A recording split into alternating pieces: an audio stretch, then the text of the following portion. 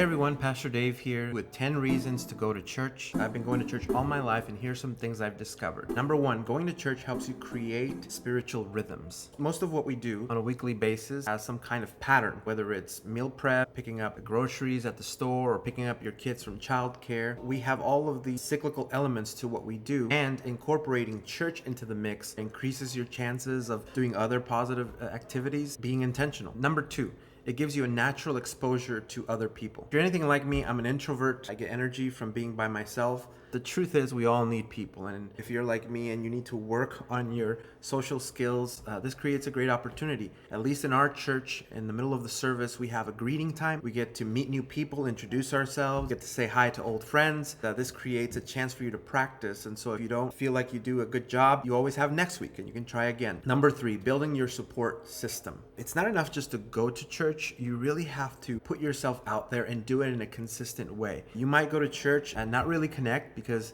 maybe if you're at a larger setting and nobody will really notice that you're there unless you introduce yourself. Participating on a consistent basis, put yourself out there, you make a few friends, maybe you start praying for one another, you're attending midweek services, and before you know it, you become a regular. People will notice when you're not there, when you are going through situations, and over the years, when life happens, you have people to call on and they will be there for you. Number four, at a church you find like-minded people. It's good to be in a place where generally everyone's there for the same purpose. It's really hard to find positive people in life in general, but when you go to church, most people are there to know God more, to learn about Him, to connect with God. They're there to open themselves up to God and what He's doing in their lives. Number five, in a church you also find people with different perspectives on God than yours. In a church, there's all kinds of different expressions and experiences and understandings of who God is that are very clear to see as soon as you begin interacting. And so you have people that are growing, people that have different spiritual dynamics than yours. It's helpful for you to learn and to grow and to be challenged and to learn from other people as well, and people get to learn from you. Number six, going to a live event. I know there's a lot of great resources online, a lot of great services, but there are some things that are just better in person because it gives you a different focus. For example, it eliminates distractions at a heart level because you've made a greater investment of your time and energy. So you get to see the response of what you're experiencing in other people in real time. And there's something about that energy that's in the room when you're singing, when you are learning, interacting in person with the service. Perhaps you've been to a concert or a lecture or a larger gathering. There is nothing like it. Number seven, kids programs. If your church has kids programs, like mine has amazing kids programs, it is just a great opportunity for kids to learn at an age-appropriate level because kids learn differently than adults do. Kids programs that are fun, that are engaging, that's awesome because your child is learning about Jesus